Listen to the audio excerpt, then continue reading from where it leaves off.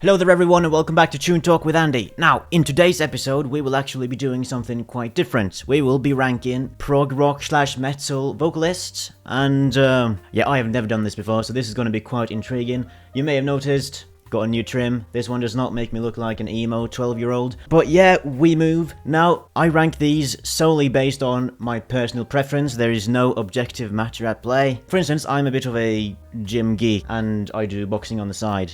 So one thing that does give quite a boost is if a vocalist is able to get me hyped for whether it's an exercise or if it's just getting me ready for something. So I essentially just rank it based on that.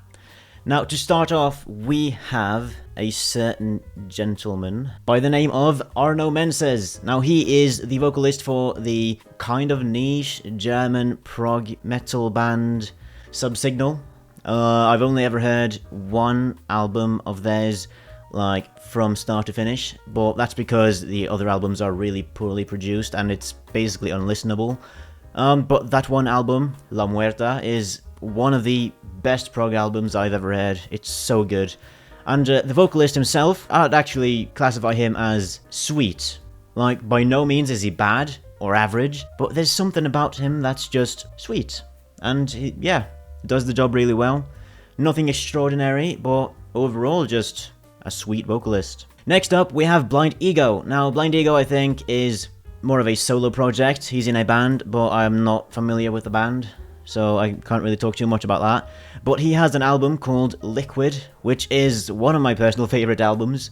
It's really strong, and there's a song on there, Blackened, that really puts an emphasis on that. But him, just like Arno Menses from Subsignal, he's sweet, but it's nothing extraordinary, so he goes in the sweet category as well. Oh, and yeah, by the way I rank this, if someone's in the same tier, is the one all the way on the left will be my favorite. So for instance, if I do this, Blind Ego is my number one out of those two. So that's how I'll be doing that.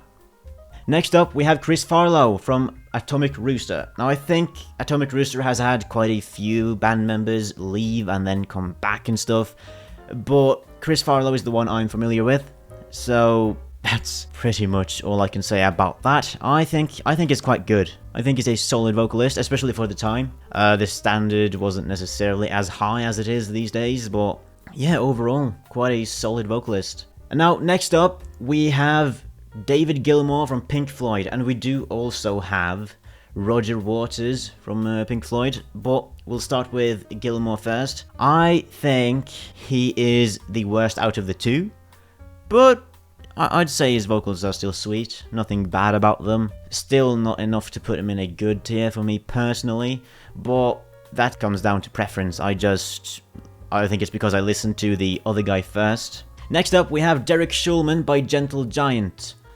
Now, you guys know that I love Gentle Giant, and the vocalist is no exception. This bad boy right here comes in good. It comes in good. My bias would put him among the GOAT category, but I can't justify that, because he's more unique than amazing, vocally speaking, if that makes sense. His vocal runs they really stick out, whereas his vocals themselves, it's not god tier by any means, but it really does the job really damn well, and overall I'm just damn satisfied with that. But now, next up, we have Devin Townsend. He has worked with a lot of greats, both through production and, well, touring with people. He has several solo projects by himself, most notably Devin Townsend Project, and well, this bad boy is actually one of my all-time favorite vocalists, so he goes in the GOAT tier. First man to come in there. His vocals are so phenomenal, both when he's singing his heart out through a melodic tune, or if it's just his screeching / growling, depends how you want to classify it. But overall, it's just phenomenal. He is hands down one of the best vocalists we've ever seen. Next up, quite similar actually, not in style, but in greatness, we have Einar Solberg. Now, he's the singer of Lepers. He's absolutely phenomenal. He did take me quite a while to properly appreciate his vocals. I would have put him at dog shit at first, because it sounded really just nasally and whiny. But as it grows on you and you start listening, like properly listening in, you realize how powerful his vocals really are. So I think him being in Powerful is fair, at least for me personally speaking. Next up, we have Greg Lake from Emerson, Lake and Palmer. Now, I don't expect anyone to know of Emerson, Lake and Palmer unless you're a diehard fan of the genre, but my god, it's one of the more unique bands out there, so I would highly recommend anyone to check them out. It is an acquired taste, especially for young kids these days. I wouldn't expect anyone to even give it a try because it's so iffy, I'd say. But it's a good iffy. It's a really good one. But to me personally, I think Greg Lake fits in the sweet category, just between Blind Ego and Arno Menses, for me personally. Next up, however, we have Ian Anderson from Jethro Tull. I really like Jethro Tull. I didn't expect to like them as much as I did, but yeah, the vocals. The first thing I think of is just, I don't know actually. I'm kind of torn between somewhere in sweet and at the bottom of good. I think I might put him at the bottom of good actually, yeah. Quite a solid vocalist overall. Now, we move on to one of the more controversial vocalists that we've seen, James LaBrie. Dream Theater's James LaBrie. Now, everyone agrees that James LaBrie in his prime was phenomenal. If anyone says otherwise, they can actually just shut the fuck up and go drink some bleach. But let's be real, him in his prime is easily one of the GOATs.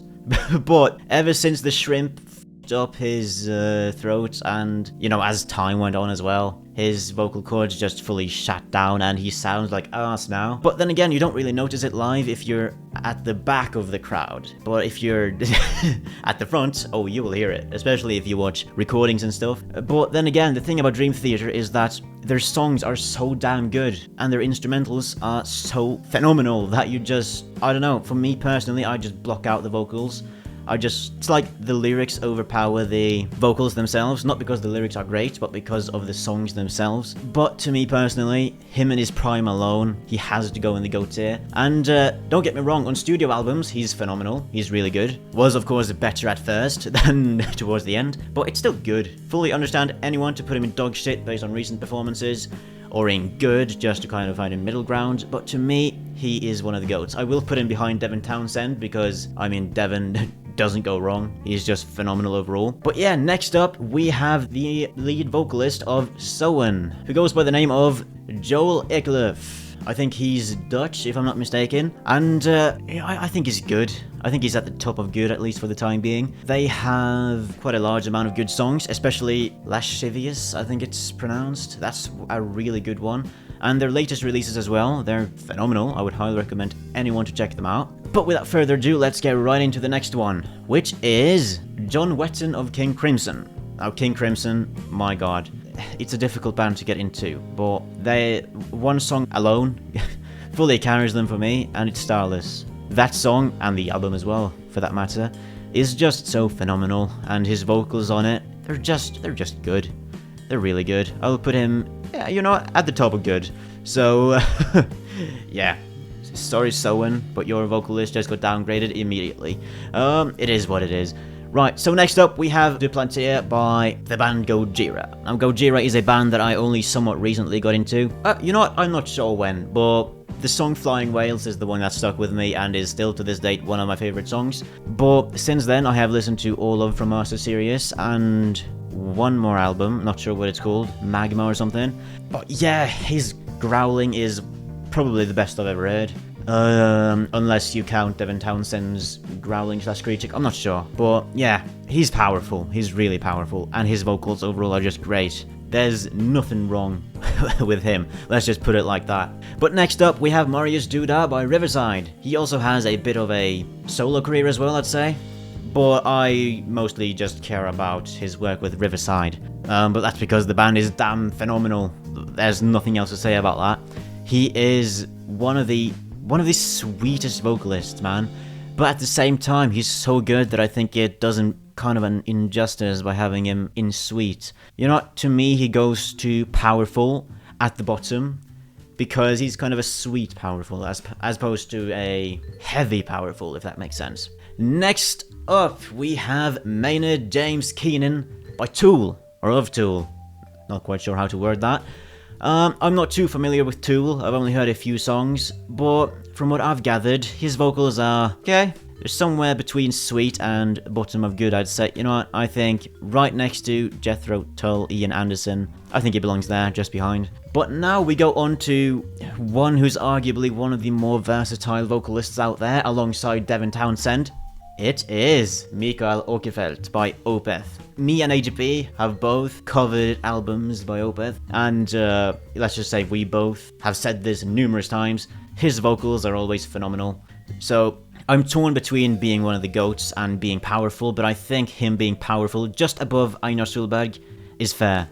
His growls alone are so deep and phenomenal, and if you watch him live, he looks so unbothered when he does the growling, and it's kind of sick to see.